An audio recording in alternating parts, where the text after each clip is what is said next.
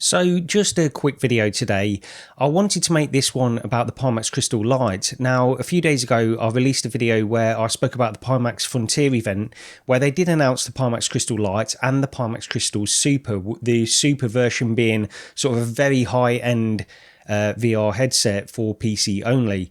And in that video, I spent most of my time really talking about the specs and the features of the Pimax Crystal Super. But having looked online on Reddit and various other places, it does seem that there's a lot of interest in the Pimax Crystal LIGHT. First of all, it's coming out sooner than the Super.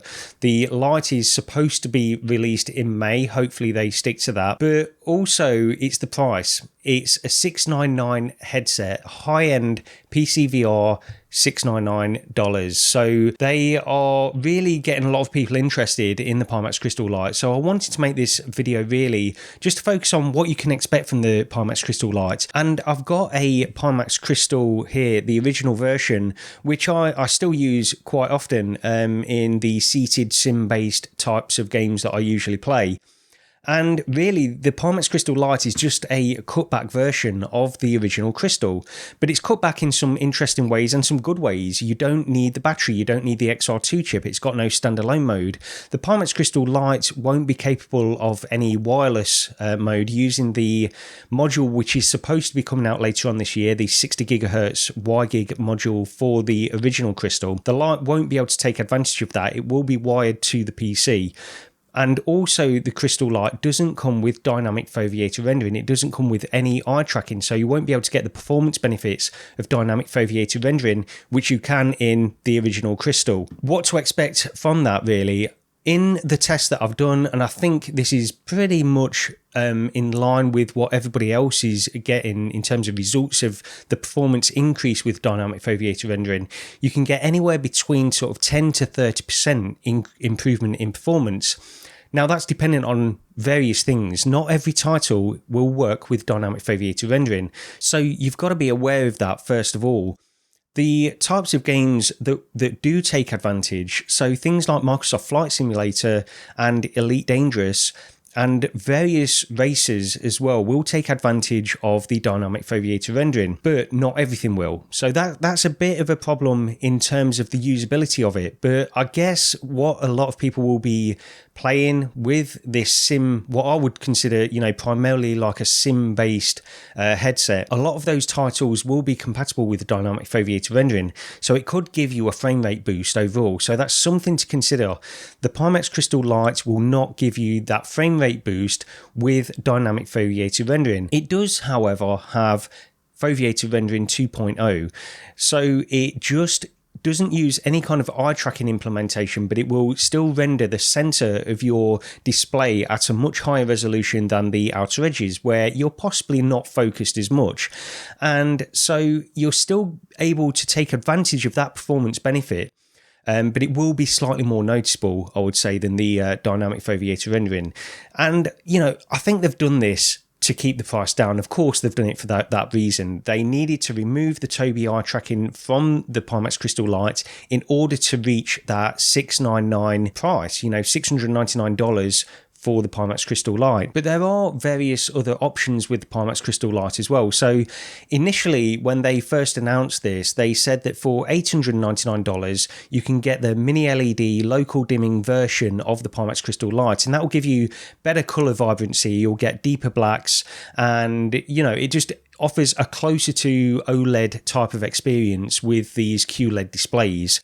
And so for an extra $200, you can get that feature with exactly the same setup. So you still get the 6 degrees of freedom controllers, the inside-out tracking, exactly the same as the 699 model of the Pimax Crystal LIGHT. But what they are also doing now on the pre-order page, they've got various other options as well. So you can now forfeit the controllers if you're a sim-based racer or into Microsoft Flight Simulator where you don't really need the controllers. Then they will take off another $100 with the local dimming version. So you can get that, the local dimming version of the Pimax Crystal LIGHT for $799, which is a pretty good deal. I would say that if you are a sim-based gamer, which personally, I think a lot of people that will be picking up the Crystal Light anyway will be, then you don't need the controllers. There's not a lot of reason to get that, but you are getting a lot of benefit with that local dimming. I would say if you can stretch to that anyway, that will be a great thing to have on the Crystal Light. It will bring it closer in line to the standard Crystal anyway. But yeah, I mean, what to expect from the Crystal Light? Having used the Crystal for a long time, I think it's a great headset for specific types of games, as I've said a million times really on this channel. It's not an all-rounder, I don't believe that. I think it can certainly be used for playing, you know, fast-paced shooters, Half-Life Alyx, Beat Saber, whatever you want to play in there. I think it can certainly be used for that, but it really comes into its own with sim-based seated kind of gaming, really, I would say, VR gaming. So that's what I use it for. If I'm using a standing game, like if I want to go into Half-Life Alyx, I'll probably stick to my Quest 3, quite honestly.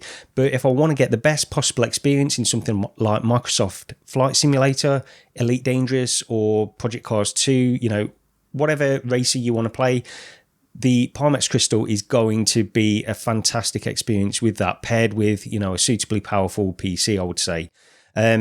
So yeah, I can certainly understand why the Pimax Crystal Light is so popular at the moment, and a lot of people are interested in that out of the two. Price is a big deal with these headsets, and if you can get an approximation of what you're getting with basically a $1,500–$1,600 headset in the Pimax Crystal, now on a $700 headset in the Crystal Light, then, you know, that's a great deal anyway. The last thing I'll say is I wouldn't recommend pre-ordering anyway. No, any product really.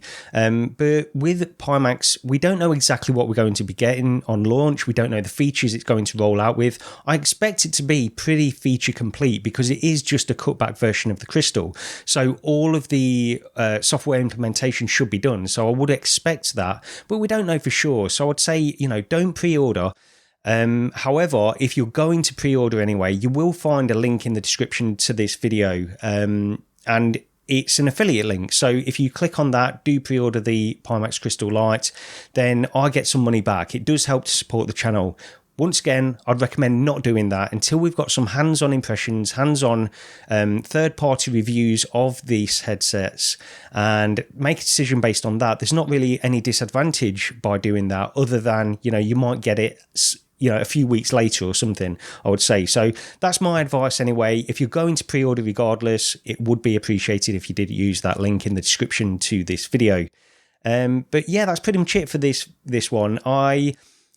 I'm interested in the Pimax Crystal Light, and I can, as I mentioned, I can certainly understand why it's getting a lot of interest from the general VR community, especially the PC VR community, because it's going to deliver a very, very high quality, great visuals. You know, the Crystal has incredible visuals, so I will say that. As I mentioned in my previous videos, it's not a perfect headset. There are some issues that you need to be aware of, and I think I just really wish they could have got the form factor down slightly as well, but I guess that's sort of wishful thinking at this point. But yeah, a great headset for sim-based gaming regardless. So that's it for this one. Thank you very much for watching this video, and I'll see you next time.